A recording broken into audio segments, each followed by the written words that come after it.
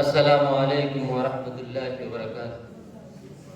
الحمد للہ رب العالمین والصلاة والسلام علی رسولہ الکریم وعلی آلہ وصحبہ اجمعین ومن تبعهم بإحسان إلى يوم الدين، أما بعد فقد قال الله تعالى: أعوذ بالله من الشيطان الرجيم، بسم الله الرحمن الرحيم، اقرأ باسم ربك الذي خلق، خلق الإنسان من علق، اقرأ وربك الأكرم الذي علم بالقلم، علم الإنسان ما لم يعلم۔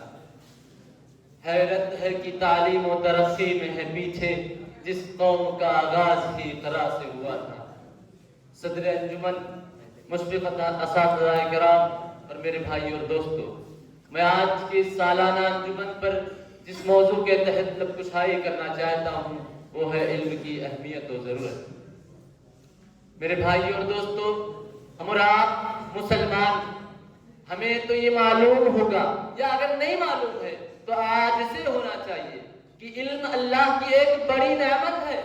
علم ہی سے انسان کو اشرف المخلوقات بنایا گیا، علم ہی کی وجہ سے آدم علیہ السلام کو فرشتوں سے افضل بنایا گیا۔ اگر ہمارے پاس علم نہیں ہے تو ہم مسلمان کیسے ہو سکتے ہیں؟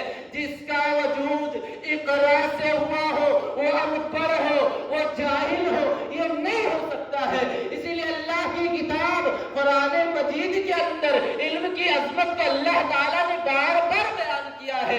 قرآن شاہد ہے، قل هل يستوي الذين يعلمون والذين لا يعلمون، کہ اے نبی صلی اللہ علیہ وسلم آپ کہہ دیجئے کہ کیا اہل علم والے اور نہ جاننے والے برابر ہو سکتے؟ انما يتذكر اولو الالباب، اس پر نصیحت وہی حاصل کریں گے جو عقل مند ہے۔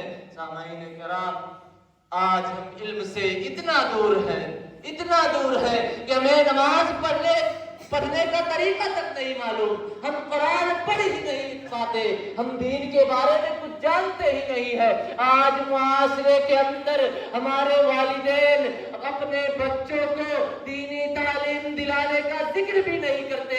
ہاں، مگر ان کا بیٹا اگر ڈاکٹری یا انجینئرنگ پڑھ رہا ہو تو بہت فخر کے ساتھ سینہ ٹھوکتے ہوئے کہتے ہیں کہ میرا بیٹا ڈاکٹری یا انجینئرنگ پڑھ رہا ہے، گرچہ اسے دین کے بارے میں کچھ نہ معلوم ہو، گرچہ باپ کے مر جانے کے بعد باپ کے حق میں دعا کرنے کا طریقہ نہ معلوم ہو۔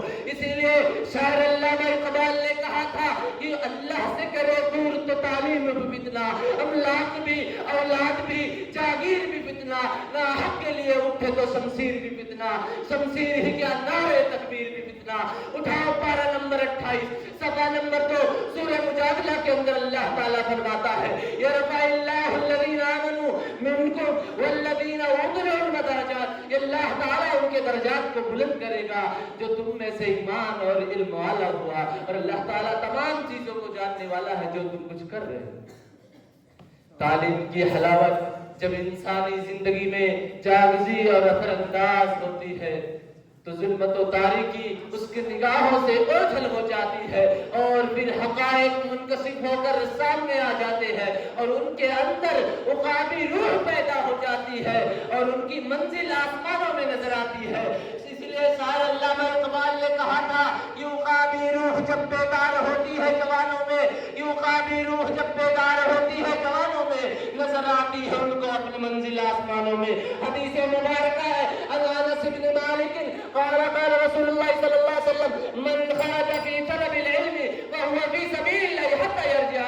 یہ انس بن مالک رضی اللہ تعالیٰ عنہ سے روایت ہے کہ نبی کریم صلی اللہ علیہ وسلم نے فرمایا جو علم دین کی تلاش میں نکلا وہ اللہ کی راہ میں ہے جب تک کہ وہ لوٹ نہ آئے۔ اے امت اسلام کی مرجھائی ہوئی کلیوں، سمجھ جاؤ اور اپنے کھوئے ہوئے وقار کو واپس لے آؤ، کیونکہ اسلام ہی وہ واحد مذہب ہے جس نے تمام انسانوں پر تعلیم کو فرض قرار دیا ہے۔ میں اب انہی باتوں سے اپنے بات کو اسی شعر کے ساتھ اپنے بات کو ختم کرتا ہوں۔ یہ اب بھی موقع ہے کرو ان اندھیروں کا علاج، یہ اب بھی موقع ہے کرو ان اندھیروں کا علاج، ورنہ یہ قوم اجالے کو ترس جائے گی۔ آخر میں رب العالمین سے دعا ہے کہ رب العالمین ہم تمام بھائیوں کو بلغوا عنی ولو آیہ پر عمل کرنے کی توفیق عطا فرما، آمین۔ وآخر دعوانا الحمد للہ رب العالمین، والسلام علیکم ورحمۃ اللہ وبرکاتہ۔